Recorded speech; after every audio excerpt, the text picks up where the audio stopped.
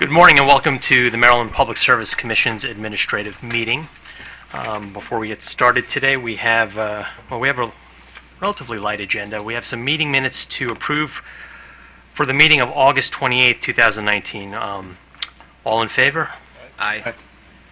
The meeting minutes are approved.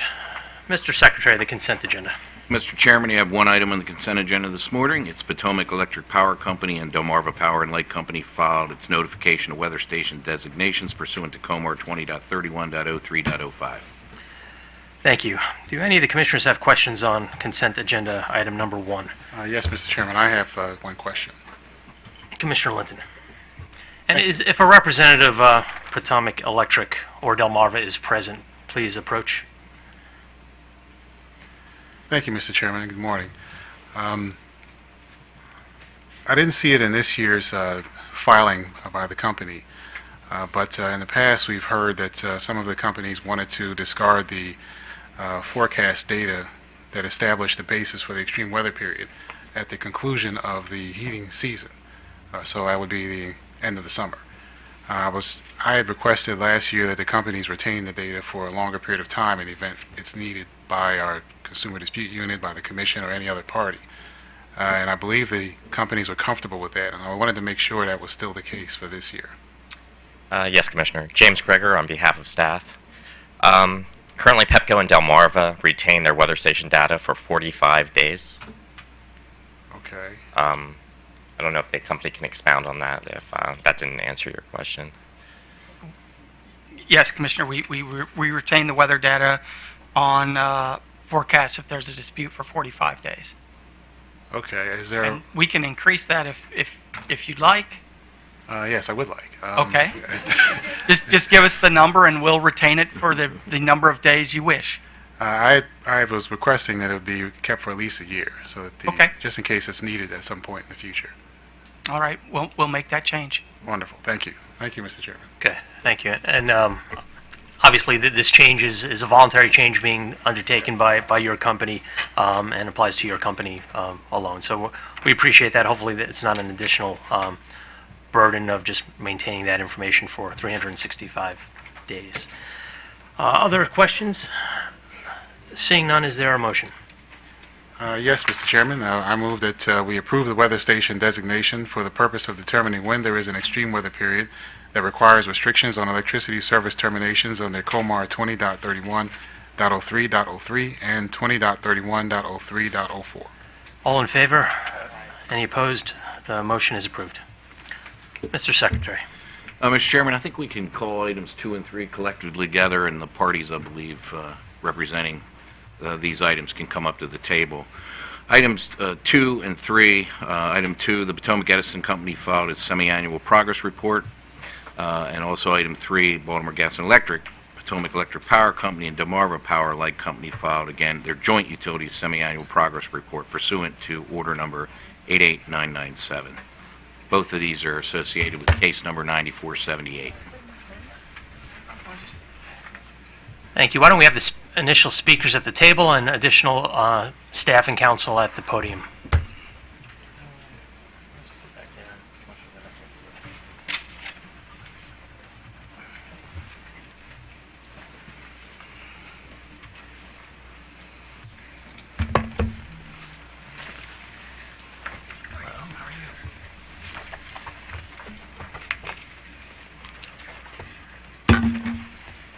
Good morning, Ms. Garofalo. Good morning, Mr. Chairman, Commissioners, Annette Garofalo on behalf of Commission staff. So these are the first semi-annual progress reports filed by the joint Exelon utilities and by Potomac Edison Company, the utilities participating in case number 9478. The first report focuses on progress to date. It's early in the program, and as a result, many things have not happened. But for the Exelon utilities, each utility's website has gone live.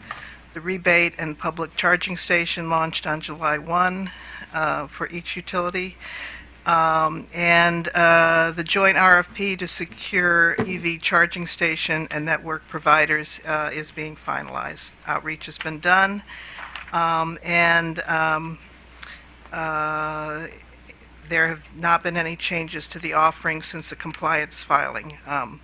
The one exception to that, it's not a change to the offerings, but the budget has increased, and I think probably they can expand on that a little bit. And also, things will be offered later in order that all utilities can operate in line after the BGE gets its time of use enhancements to the billing system in place. Staff recommends the Commission note the Exelon utility report. And with Potomac Edison, in a way, it's a little more complicated and a little simpler, if you'd like me to just go on to that. Please. Yeah, so Potomac Edison is doing the same thing. They have identified no successes, challenges, or issues, and they've made no changes to the program offerings. They have issued an RFP to 23 contractors for a wide variety of services, and they've selected 2 contractors who will support them in the administration of the program.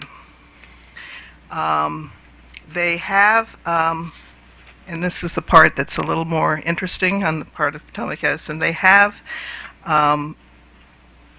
retained Gable and Associates to complete its market pricing study to determine public charging rates.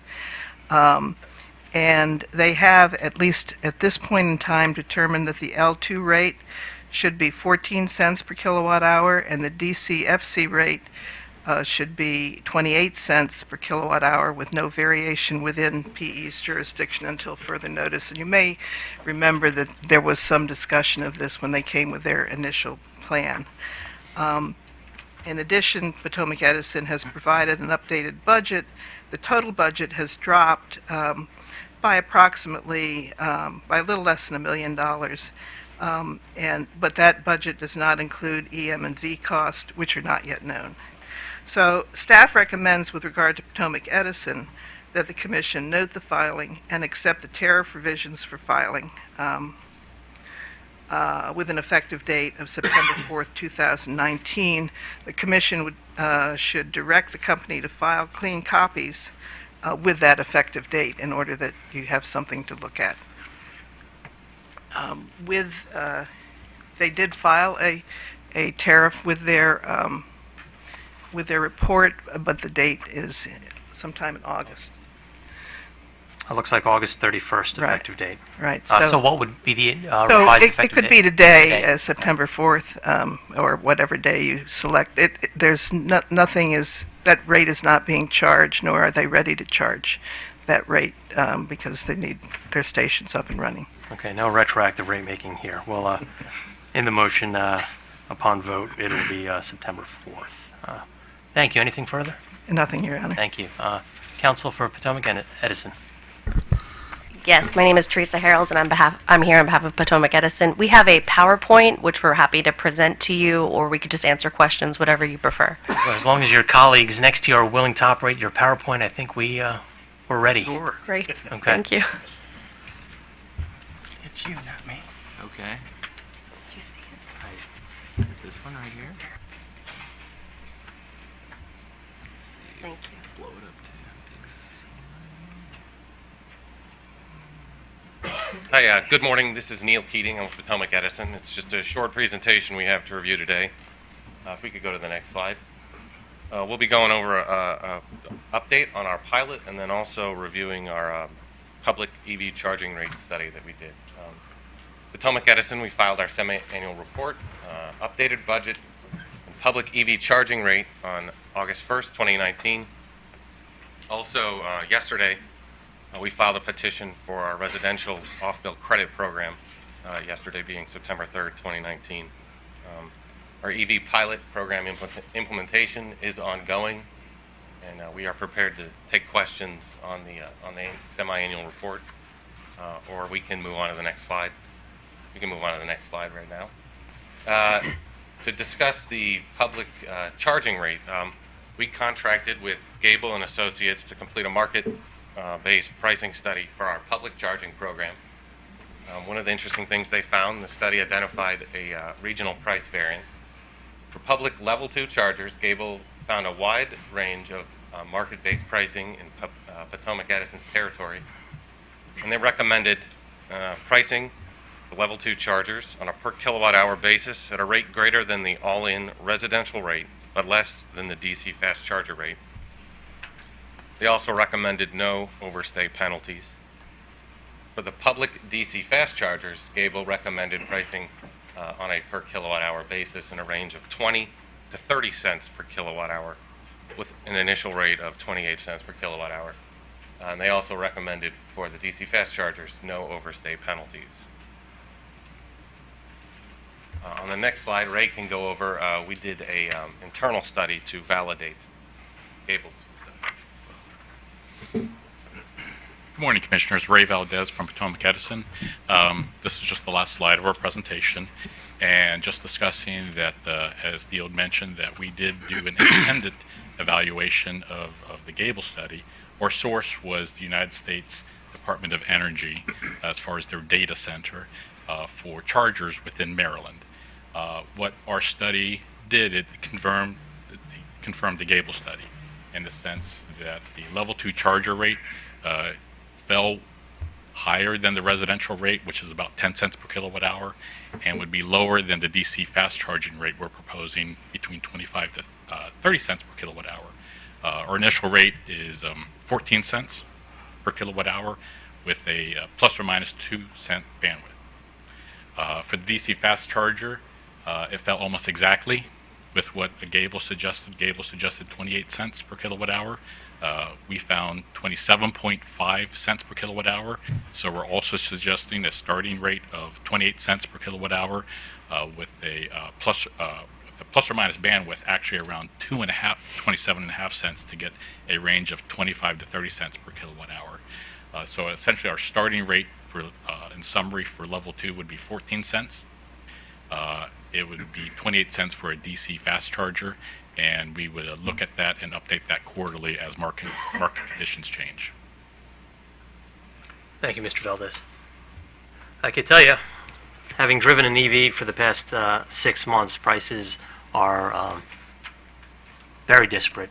I was at the College Park IKEA over Labor Day weekend, where a charge point was charging 55 cents a kWh, where you could drive a mile down the road to the City of College Park municipal lot where it's free.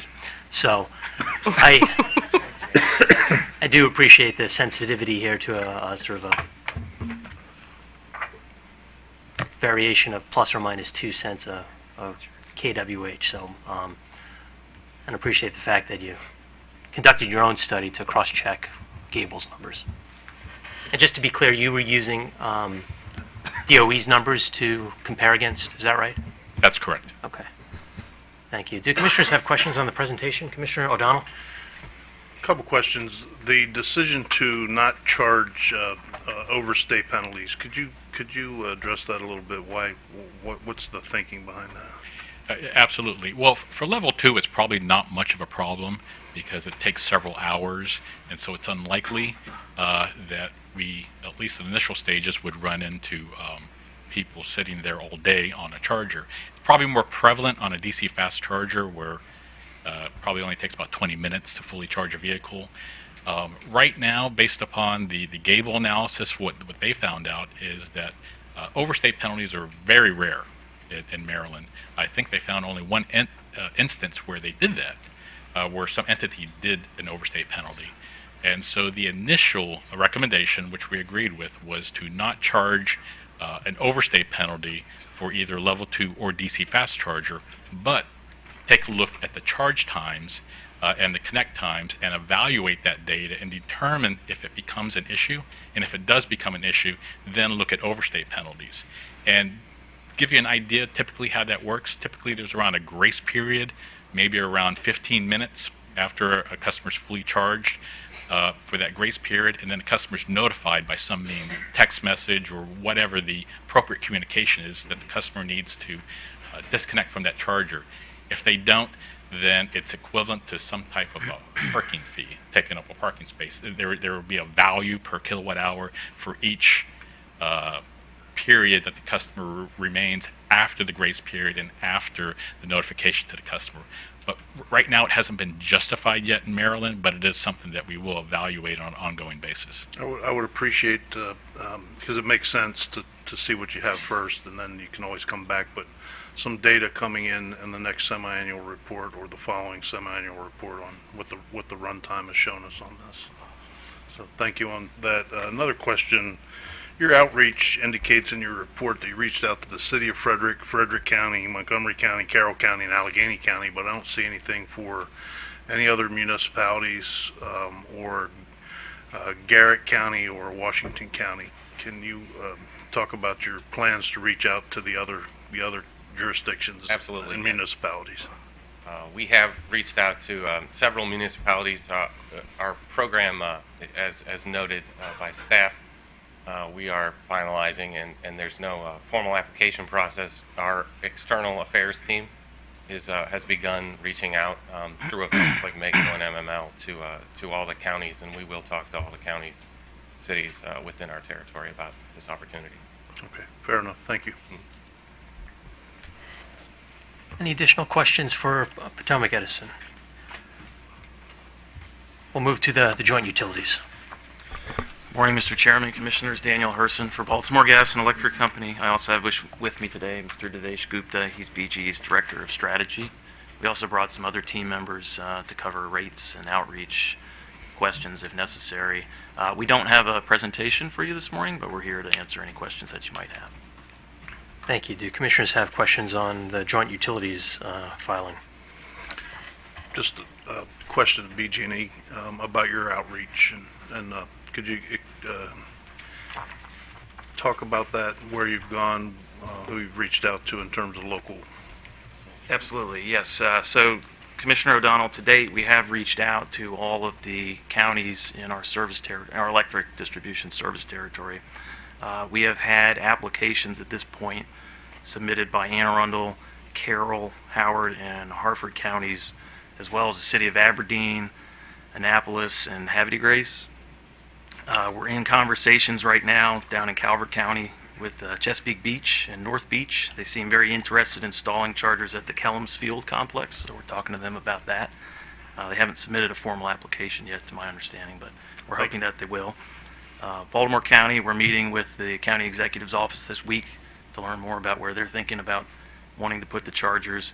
With the city, we're continuing to have meetings with key city agencies to discuss potential charger sites. We've met with Department of Public Works, the Parking Authority, the city school system, Recs and Parks, Department of Transportation. They're asking for some charging data and what sort of service agreements we would need with them. So we're meeting with them ongoing. Hopefully we'll make some progress there pretty soon. Prince George's County, of course, that's mostly Pepco's service territory, but we do have a slice of that, and the city of Bowie, or town of Bowie, is interested in siting some chargers, so we're in discussions with them. Montgomery County, again, mostly in Pepco's service territory, so we're coordinating with our sister company about making sure we have chargers sited in the right locations. Cecil County and Frederick County, they are in our gas service territories, but they're not in our electric service territories, so we're not engaged in discussions about siting chargers. But I know in Cecil County, town of Perryville has been interested, so we've been putting them in touch with our colleagues at Delmarva Power. And the interest has been pretty high, I take it. Yeah. I think it has. At this point, we have 43 separate sites that these government entities want to place chargers in, and of that, we're looking at 105 level 2 chargers and 53 DC fast chargers, and that's through the end of August. And we continue to have daily input from those jurisdictions, so we're hoping to see those numbers continue to go up. I was pleased to hear you mention the Twin Beaches in northern Calvert County, as it's a recreational destination for many people, and it would be nice. Glad to hear that BG&E hasn't forgot about that far outreach of their service territory. Thank you.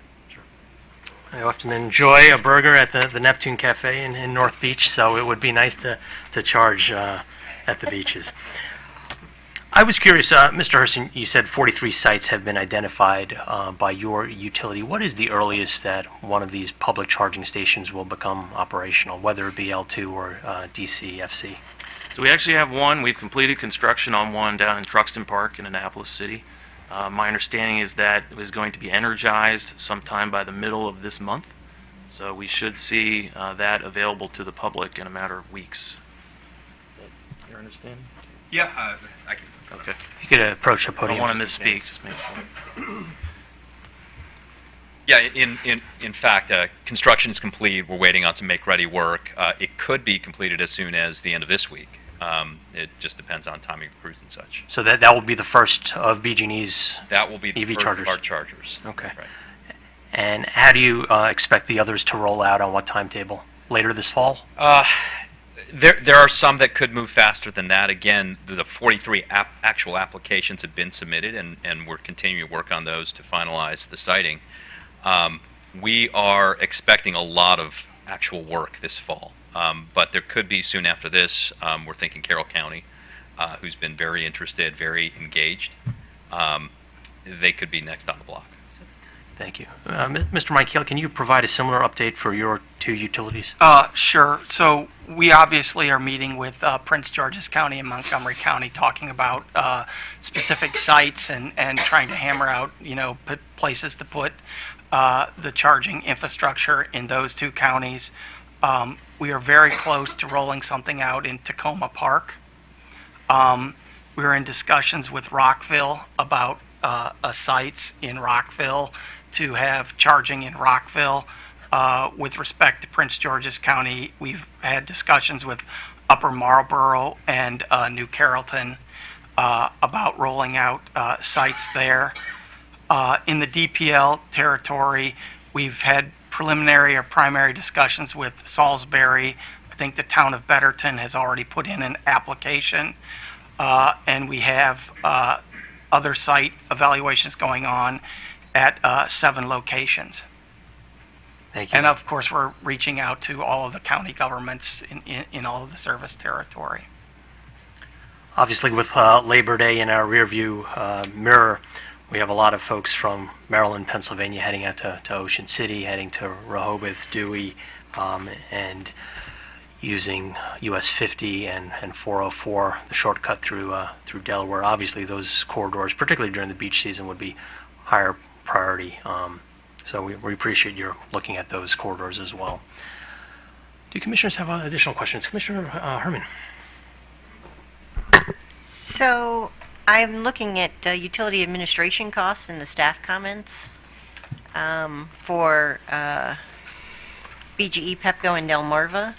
And for the BGE, the number is exactly the same, so I don't know, maybe you haven't, that's either a remarkable coincidence on your budget, or you haven't done the accounting yet for that. But and then for Pepco, you have a significant, fairly significant increase from your budget, and Delmarva, a pretty significant decrease in your budget. So, how are the three companies working together, and how are these utility administration costs being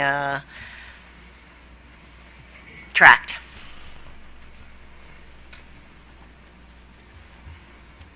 Well, I can speak for BGE. The reason I believe, and my colleagues will correct me if I'm wrong, that those numbers haven't changed is because where we saw the increase in the budget does not necessitate any additional, I'll call it, work on our part. It was a direct reflection of what we're seeing in terms of interest in the DC fast chargers versus level 2 charging. The DC fast chargers are much more expensive to install. So where we initially thought we would see 10% interest in those versus 90% level 2, we're actually seeing more like 30% interest in DC fast charging, 70% in level 2. So that's reflects the adjustment there. That doesn't necessitate us doing any additional administrative work. And then in terms of the other line items, we just found that the RFP responses that we got back on some of these components were higher than we expected them to be. Again, that doesn't require us to do any more or less work. It's just a different number. And then the education outreach is just a direct reflection of making that adjustment to meet the 5% that was approved by the commission. So Right. that's why we don't have any changes in that Okay, item. thanks. Right, so for the education and outreach, it's the same, it's the 5% of the budget. To the extent that we're working with BG&E, we had group RFPs, so that's one area that the Exelon utilities are working together on this. I will let Ms. Grisham speak directly to the utility administrative costs and the differences there. So she's our program EV manager.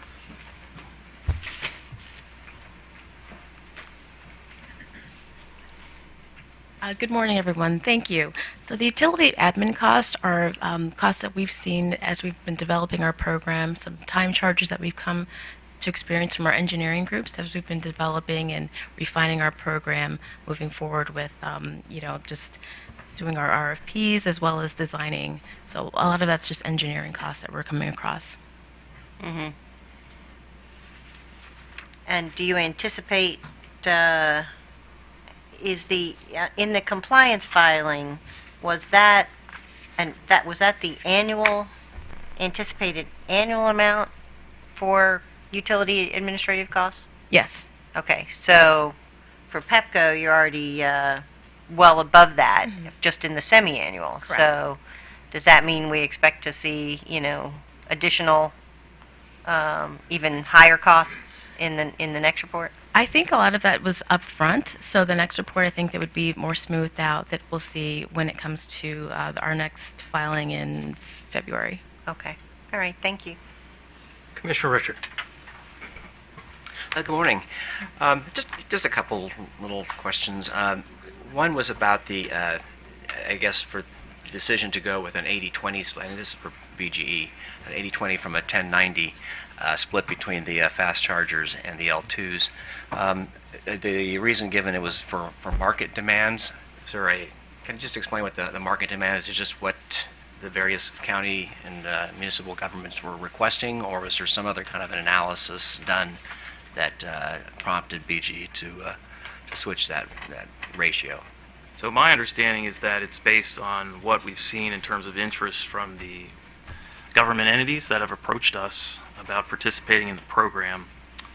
As I mentioned to the commission earlier, what we've seen to date is 105 level 2 chargers requested and 53 DC fast chargers requested, which is just higher than we initially anticipated. Because I guess that's one of the larger drivers for the increase in I'll material also costs. defer to Mr. Gupta if he has anything to add to that. Yeah, no, I mean, that's absolutely right. We are seeing at the same time, there's been more market research that's being done. You're seeing articles come out in terms of what's the value of DC fast charging versus level 2 charging. And we've certainly seen a lot of shift in the general marketplace too, to significantly more DC fast charging, but we wanted to temper any changes in our portfolio based on the interest that we're seeing. Okay. And for the joint utilities, is that what all the companies are experiencing for Delmarva as well, as far as just the demand for fast chargers over the L2s? That's what we would expect to see. Again, we're still in earlier discussions in our Delmarva territory, but I think, as Mr. Gupta said, we would expect to see the same thing. So we should expect to see those increases then in costs That demand, down the yeah. road. Okay.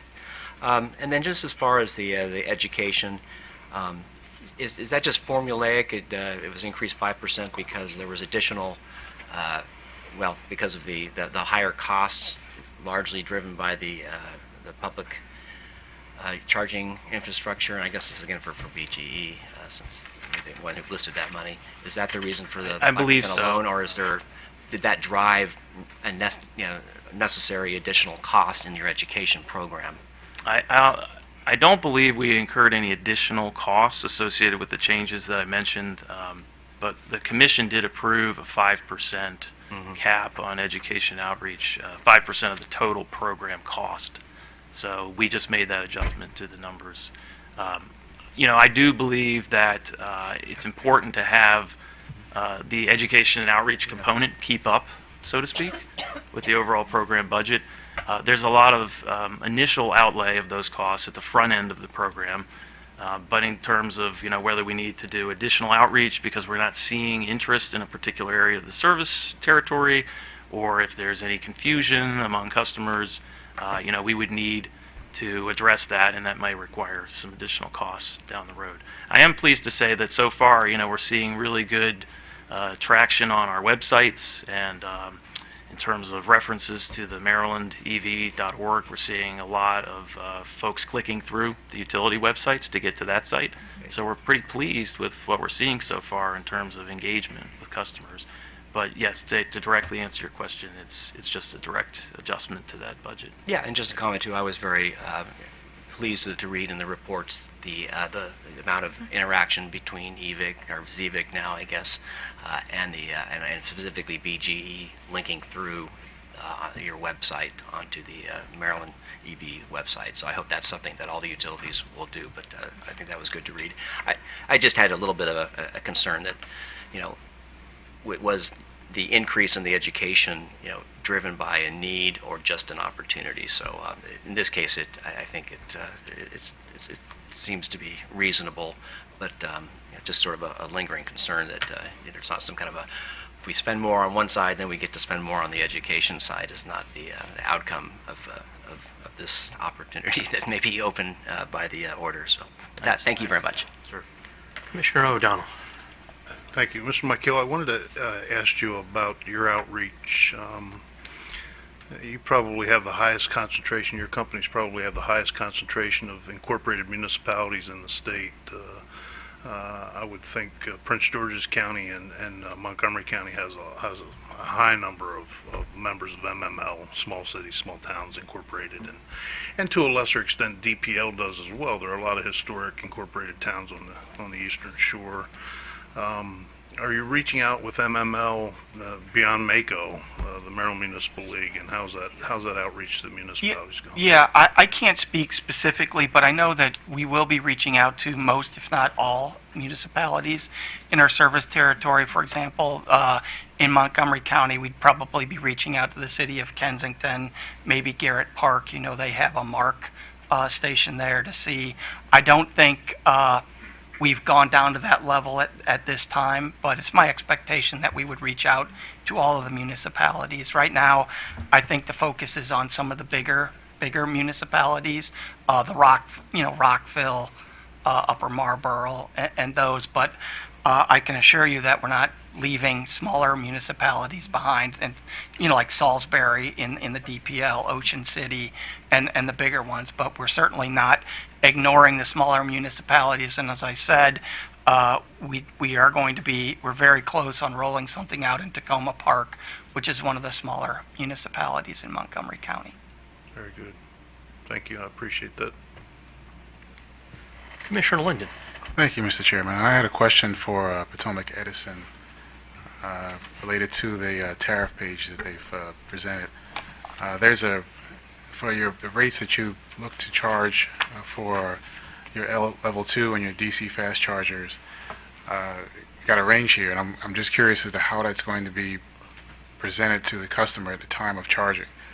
You're obviously not going to charge a range, so are you going to give them a specific per kilowatt hour number at the moment they're charging, or is it going to fluctuate during the day, or how are we going to do that?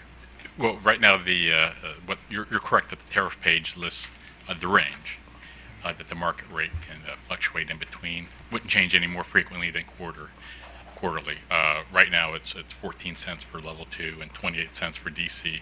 That will be published on our website in terms of what that quarterly rate is, as well as available whenever the customer goes to that actual individual charger, whether it's a level 2 or DC fast charger, so they know that rate matches with what's published on our website.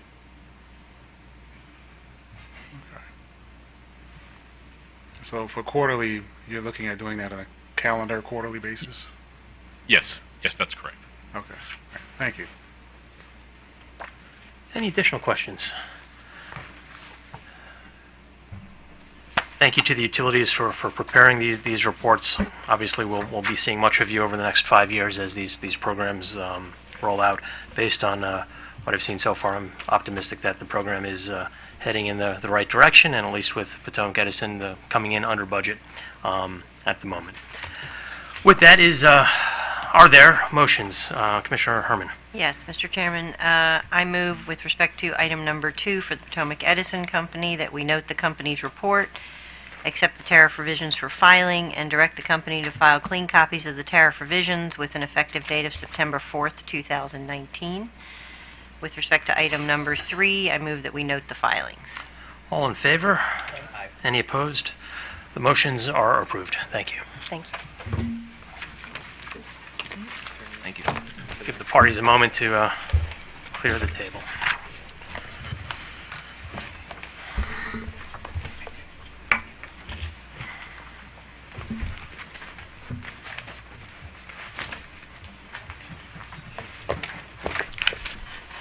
Mr. Chairman, the last item on the agenda today, item number 4, is Potomac Electric Power Company, filed revised tariff pages for the electric distribution service in Maryland in compliance with order number 89227.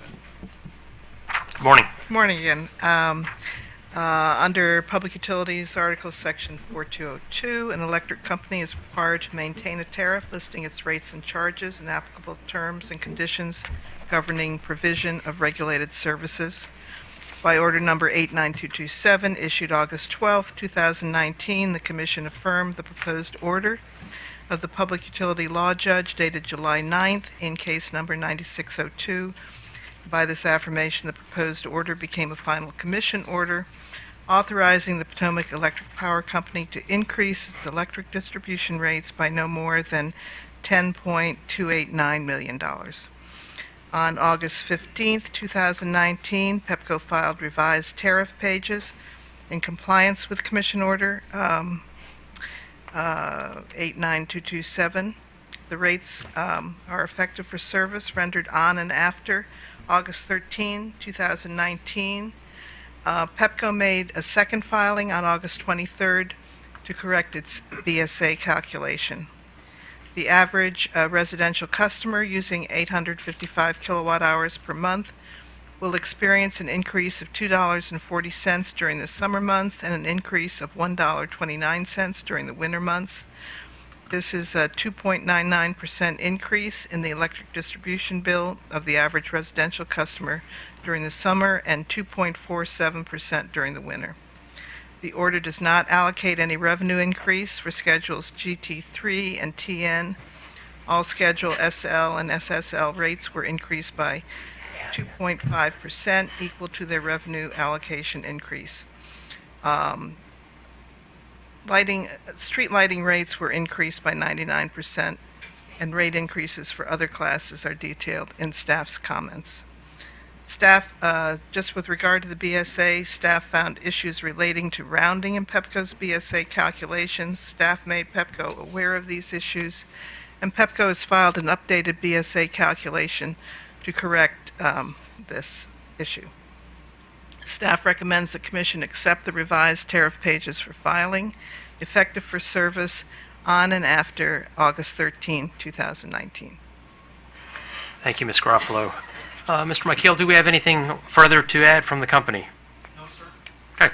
Do the commissioners have questions? Commissioner O'Donnell. Just a quick question on the effective date of the tariff. Is no problem going back to August 13th on that? That's the day after the order became final, and so they were authorized to charge that rate at that time. Seems spring-loaded, jumping up to this. So, Commissioner, the way we've handled that in the past, when we've had a rate change in the middle of the month, it's effectively taken care of by the bill stabilization adjustment. So, it'll take care of itself. Just want to make sure. Yep. If you could announce your name for the record, I appreciate it. Sure. Peter Blazunas, PEPCO.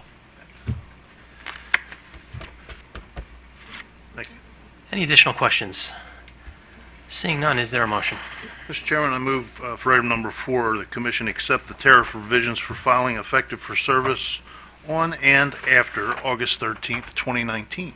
All in favor? Aye. Any opposed? The motion passes. I'd like to also recognize we're graced with the presence of our Executive Director today, Tony Myers. Tony, it's good to have you back. Seeing no additional business before this commission today, this meeting is adjourned.